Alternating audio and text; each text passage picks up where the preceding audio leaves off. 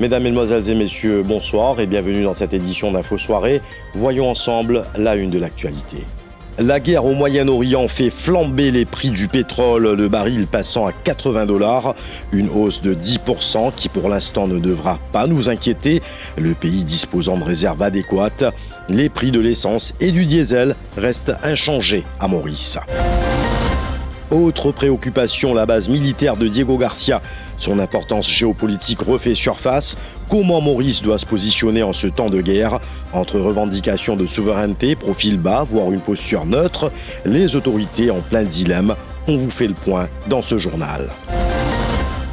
Autre inquiétude qui s'installe, Maurice a forte vocation touristique sur ses gardes. Malgré une faible marge de manœuvre face à un éventuel ralentissement du déplacement des voyageurs, les opérateurs dans le flou. Entre-temps, les vols vont reprendre de manière limitée dès ce soir depuis les aéroports de Dubaï. Nouveau développement dans les affaires entourant Daoud Rawat, l'ancien patron du groupe BAI. Sa fille, Leïna Rawat Buns, pourra désormais le représenter devant la justice.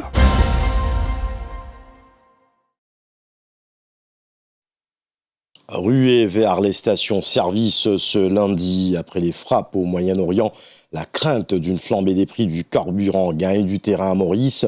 File d'attente, réservoir rempli par précaution, l'inquiétude est palpable. Mais le gouvernement se veut rassurant. Le ministre du Commerce, Michael Sikuen, affirme que le pays dispose de réserves stratégiques suffisantes et qu'aucune pénurie n'est à prévoir pour l'instant. Mima Omir, Anouk Doukia. C'est un vent de panique qui a soufflé sur les stations-service de l'île dès l'annonce des frappes au Moyen-Orient. À la pompe, les mines sont sombres et les réservoirs se remplissent par précaution. La peur, une envolée des prix, voire une pénurie de carburant alors que le baril de pétrole s'affole sur le marché mondial. Je ne sais pas ce qu'il fait parce que je vais mettre l'essence et je feeling fermé si je peux servir. Je ne passe pas des trois feelings là. Fermé. Je n'ai pas le droit de payer l'essence, non, mais je vais fermer. Mais pas si je hein. Depuis hier, il est comment là? Oui, depuis hier, il est comment là? La rue des Fosses finit fermée partout. Je ne sais pas si je peux payer l'essence. Je vais mettre l'essence et je dire que, comme quoi, que nous devons finir réserver l'essence, nous ne pouvons pas gagner l'essence. Parce que la guerre, on devrait monter. L'essence pas fait monter, mais nous en panique. Il n'a pas dit nous devons mettre l'essence, attention, nous ne pas gagner l'essence. La guerre est un peu plus grave. Mais attention, il n'a pas pris l'essence. Mais l'essence pas pris. À cause de ça, je vais l'essence. Face à cette psychose naissante, le ministre du Commerce, Michael Sikuen, est monté au créneau ce lundi. Son message est clair, Maurice ne manque de rien. Malgré les tensions géopolitiques, le pays dispose de réserves stratégiques solides. Moi, tandis un peu panic buying à gauche et à droite. Moi, j'ai une photo à Rodrigue. Côte tellement la queue longue, paraît à demi-journée à attendre là-dedans. Mais ça m'a dit, vous n'avez pas perdu le temps. Moi, j'ai un message pour passer à un consommateur, pas pour paniquer. Vous avez perdu le temps dans le feeling. Vous pouvez faire stock feeling, finir plus vite. Parce que ce feeling-là, il y a ce stock-là, il calcule pour tant jour, et pour passer commande, mais vous pensez demain qu'il est pour gagner. Right? Je peux créer une rupture artificielle plutôt. Selon le ministre, ces stocks permettent de tenir jusqu'en avril prochain. Mieux encore, la logistique suit son cours malgré le chaos au Moyen-Orient. Une nouvelle cargaison est attendue à Port-Louis dès le 18 mars. Nous avons un stock au niveau de l'essence, presque 12 000 métriques tonnes. Jusqu'à le 4 avril facilement. Diesel, nous avons 13 600 métriques tonnes jusqu'à le 6 avril. Mais là, nous avons un nouveau arrivage le 18 mars. Ça veut dire si nous peinons un arrivage le 18 mars, nous stockons pour durer jusqu'à le 4 avril. Pour l'essence et le diesel 6 avril. Et pour un arrivage le 18 mars. Donc, il n'y a aucun problème devant nous. Si le gouvernement se veut rassurant sur l'essence, la vigilance reste de mise pour le reste de la consommation, car si les prix à la pompe sont bloqués pour l'instant, Le coût du fret maritime, lui, pourrait impacter d'autres produits de base dans les semaines à venir.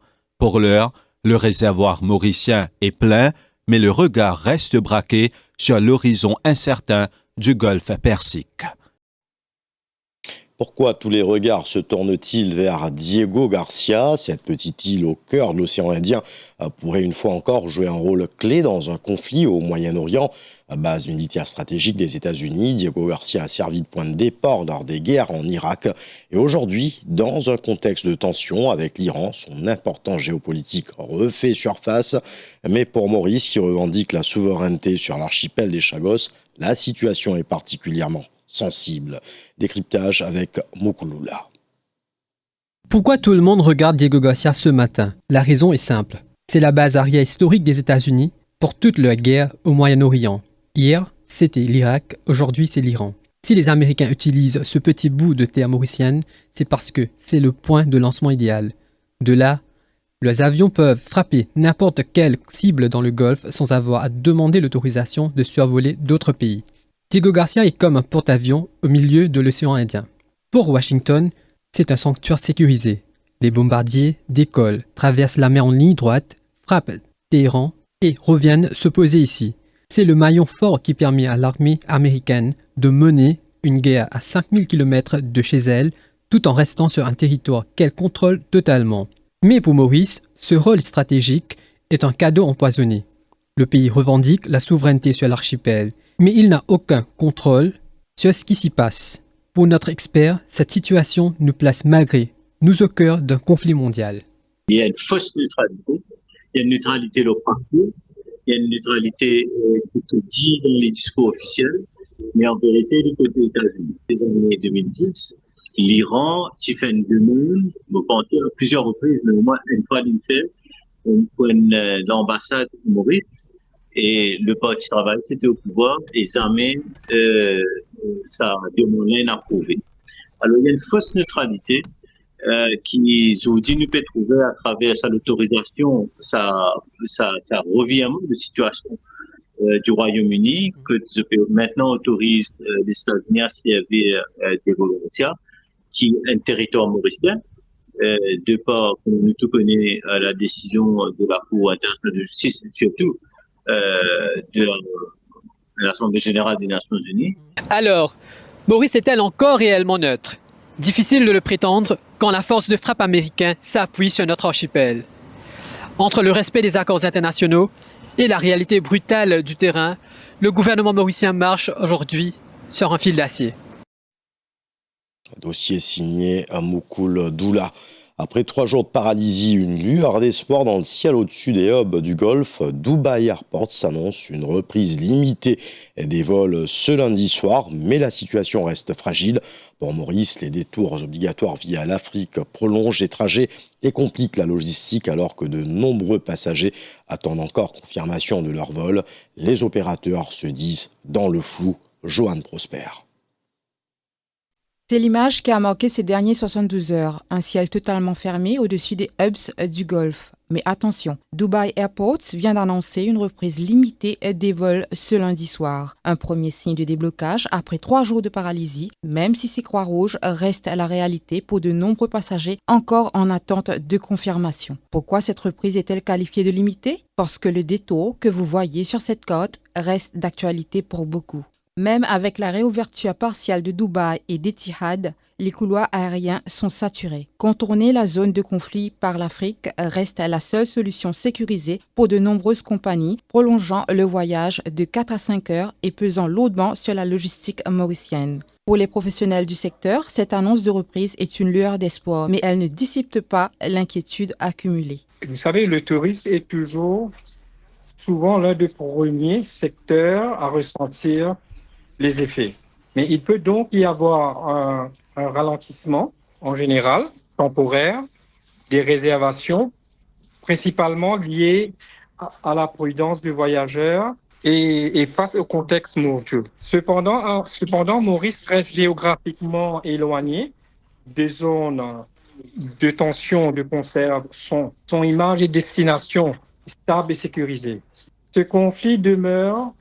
Compte tenu de l'impact devrait rester modérée et davantage liée à la précipitation, une menace directe. Cependant, le worst case scénario, un cas d'identification sera une forte hausse de prix du pétrole, entraîner augmentation significative des billets d'avion, d'éventuelles perturbations. Vous savez, toujours quand il y a des trucs comme ça, surtout les billets d'avion, ça va augmenter avec les prix du pétrole, ainsi de suite. Le ciel s'en trouve, mais la vigilance reste de mise. Si les moteurs redémarrent à Dubaï ce soir, le tourisme mauricien, lui, pense déjà ses plaies après ce week-end de blocage. La reprise est là, mais elle est fragile. Une centaine de Mauriciens restent bloqués en Arabie Saoudite. Selon l'ambassadeur Riyad Al-Mout, des solutions sont en cours pour leur permettre de rentrer progressivement. La priorité est donnée à ceux qui ont manqué leur vol depuis le 28 février. Et l'ambassade reste en contact constant avec les compagnies Emirates et Turkish Airlines afin d'accélérer le retour compte rendu de Nabihah Mouraja. Selon l'ambassadeur de Maurice en Arabie Saoudite, Riyad Al-Mout, des solutions alternatives sont en cours de finalisation. Les passagers concernés seront progressivement réacheminés vers la Turquie avant de poursuivre leur voyage vers Maurice. L'ambassade affirme être en communication constante avec les compagnies Emirates et Turkish Airlines afin d'accélérer le processus.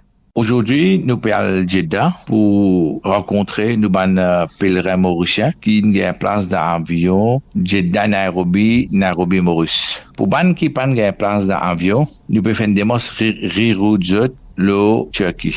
Allez, qui nous peut causer, nous avons environ une centaine de Mauriciens. On fait cause avec le directeur de Emirates qui peut faire tous ces efforts possibles pour reroute man pèlerin mauricien. Et aussi, on cause avec le directeur de Turkish Airlines. Lui, ici, pareil, il peut donner un coup de main pour reroute man mauricien à partir de Jeddah, Istanbul, Maurice. La priorité sera accordée aux Mauriciens qui ont manqué leur vol depuis le 28 février. Les autorités diplomatiques assurent suivre la situation de près alors que l'inquiétude grandit chez les familles restées au pays. Ça vol là, c'est environ une dizaine de Mauriciens, mais pas encore, ça vol aujourd'hui là, nous prenons un peu plus qu'une cinquantaine de Mauriciens. Nous prenons une priorité, les Mauriciens qui ne rendent vol les 28 février, les 1er mars, les 2 mars, les 3 mars, les 4 mars. Un dispositif de coordination est maintenu pour faciliter le retour de ces ressortissants dans les meilleurs délais. Nouveau rebondissement dans différents tours des Chagos. Le gouvernement des Maldives qualifie de déraisonnable la décision de Maurice de suspendre les relations diplomatiques adoptées vendredi dernier par le Conseil des ministres.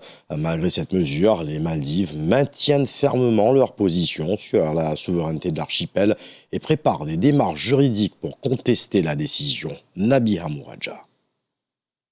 Selon The Edition, le président Mohamed Muizzu a qualifié de décision déraisonnable la suspension des relations diplomatiques par Maurice liées aux différends sur les Chagos. Le président a réaffirmé que la position de son pays reste inchangée malgré cette décision. Il a expliqué que Maurice ne peut pas revendiquer la souveraineté sur les Chagos et que si l'archipel devait être attribué à un autre pays, il devrait revenir aux Maldives. Par ailleurs, le gouvernement maldivien prépare une action en justice contre la décision du Royaume-Uni de céder les Chagos à Maurice. Des démarches juridiques sont déjà en cours. Bien que l'affaire n'ait pas encore été portée devant la Cour internationale de justice, des consultations avec des experts juridiques sont en cours. Le gouvernement maldivien a également fait part officiellement de ses préoccupations au Royaume-Uni par des lettres envoyées en novembre 2024 et janvier 2026. Un nouveau développement dans les affaires entourant l'ancien patron du groupe BAI, Daoud Rawat, a donné procuration à sa fille, Leïna Rawat Buns, qui pourra désormais le représenter dans ses différents litiges devant la justice. Cette décision intervient alors que plusieurs procédures sont encore en cours et que Daoud Rawat dénonce la lenteur des enquêtes liées aux plaintes qu'il a déposées depuis plusieurs mois. Le point avec Kevish Laximon.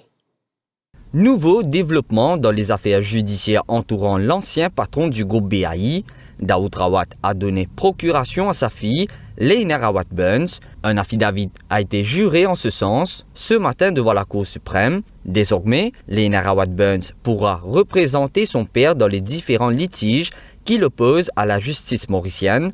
Une décision qui intervient dans un contexte toujours marqué par plusieurs procédures en cours. L'important pour moi aujourd'hui, c'était simplement pour ma présence, c'est pour confirmer que mon nom motivé, Leina Rawat Burns, comme me donner mon power of attorney.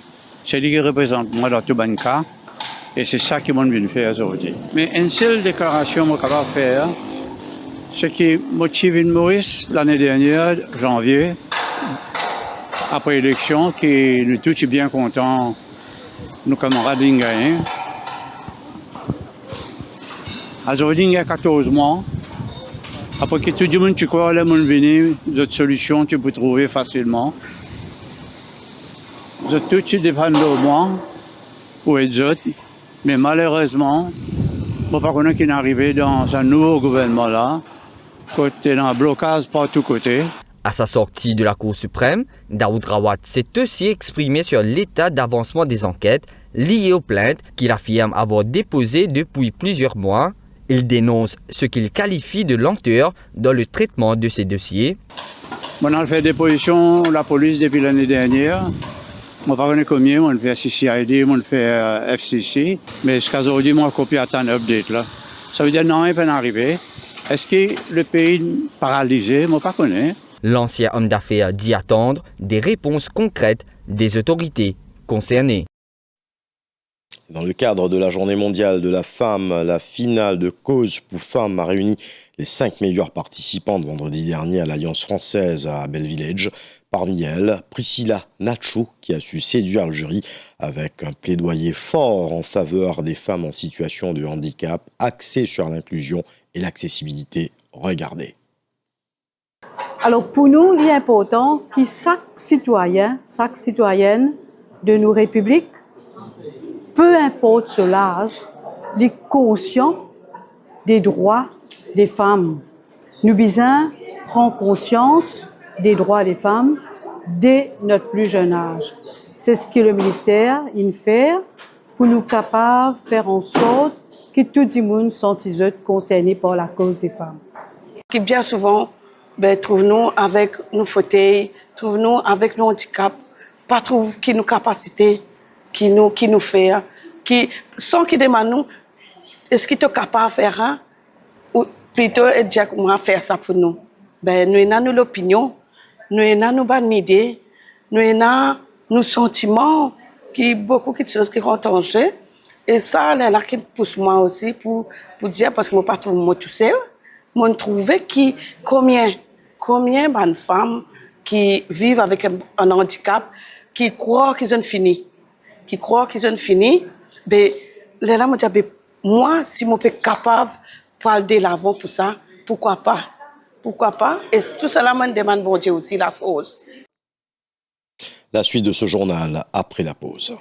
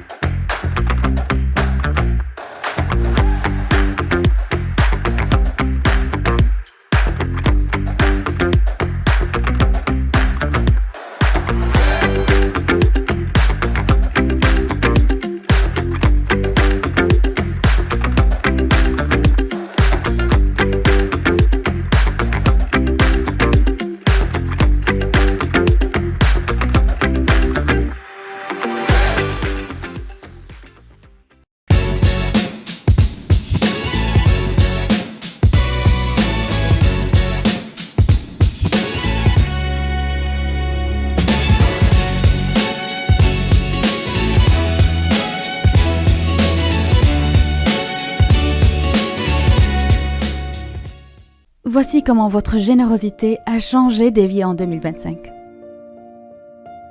Grâce à vos dons, le soutien d'Islamic Relief est parvenu à des personnes en situation de détresse extrême, environ 26,7 millions dans 35 pays. plus de 85 000 enfants orphelins ont bénéficié d'un parrainage qui a changé leur vie, contribuant à leur prise en charge et leur éducation. Pendant Ramadan, nos colis alimentaires ont nourri 844 000 personnes, dans 32 pays. Et ce n'est là qu'un aperçu de l'impact d'Islamic Relief, rendu possible grâce à vous. Aidez-nous à changer encore plus de vies. Faites un don dès aujourd'hui. Et comme on doit tout le monde est pour tailler, Max Evers Benaire, en portant un sourire, un petit bout de bonnet. La joie de mon Max Evers, mon content, mon poste content, rappelle la vie jolie. En McDo, tu casses, tu filmes, suffit pour faire les guerres contents. Max Evers, mon content, mon poste content. Max Evers, mon content, mon poste content. McDonald's, pa-da-pa-pa-pa, I'm loving it.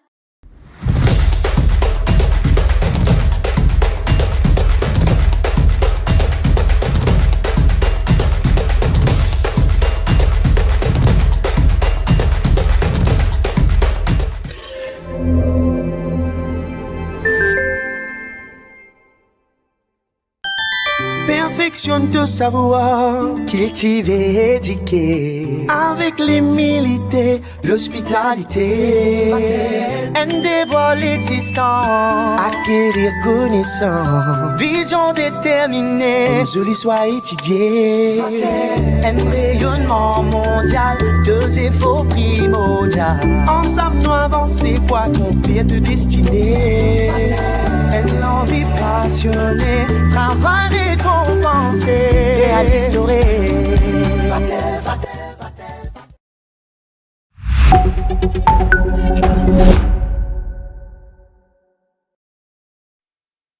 Le chef de l'Agence des Nations Unies pour l'énergie nucléaire, Raphaël Grossi, a jugé ce lundi très inquiétante la situation au Moyen-Orient et a appelé à la plus extrême retenue après les frappes israélo-américaines contre l'Iran et aussi les attaques de missiles en riposte de Téhéran. Reportage. Regarding the status of the nuclear installations in Iran, up to now, we have no indication that any of the nuclear installations, including the Bushehr nuclear power plant, the Tehran research reactor, or other nuclear fuel cycle facilities have been damaged or hit. So far, no elevation of radiation levels above the usual background levels has been detected in countries bordering Iran. Arab Emirates has 4 operating nuclear reactors. Jordan and Syria have operational nuclear research reactors. Bahrain, Iraq, Kuwait, Oman, Qatar, and Saudi Arabia have also been attacked. These countries all use nuclear applications of some sort or the other. We therefore urge utmost restraint in all military operations. Et en France, ambiance contrastée pour le dernier jour du Salon international de l'agriculture hier à Paris. Si des visiteurs saluent une édition toujours aussi fun, malgré l'absence de bovins, plusieurs exposants déplorent une fréquentation en net recul. Regardez.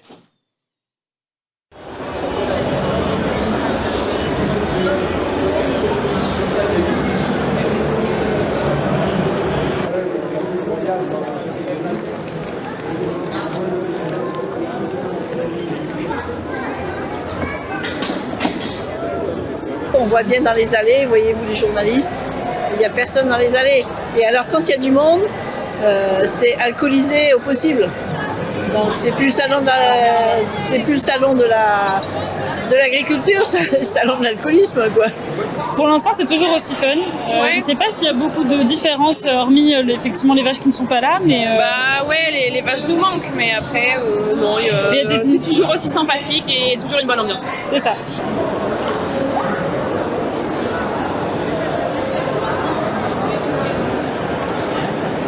Moi, c'est la 8e année que je suis présent au salon avec les bistrotards ou avec nos collègues par rapport à la charcuterie de la Cône, les vins de Gaillac et l'aïros de Lotec.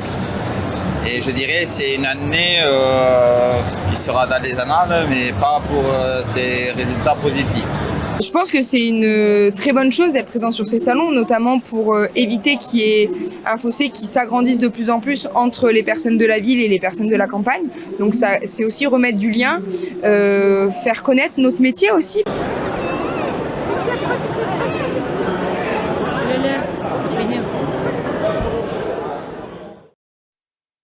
Des images qui nous amènent à la fin de ce journal, à suivre une émission spéciale marquant les 30 ans d'existence du Défi Plus. On revient sur ces 3 décennies durant lesquelles le journal hebdomadaire a su transformer le paysage médiatique à Maurice, rendant l'information plus accessible et surtout plus crédible. Bonne soirée à vous tous.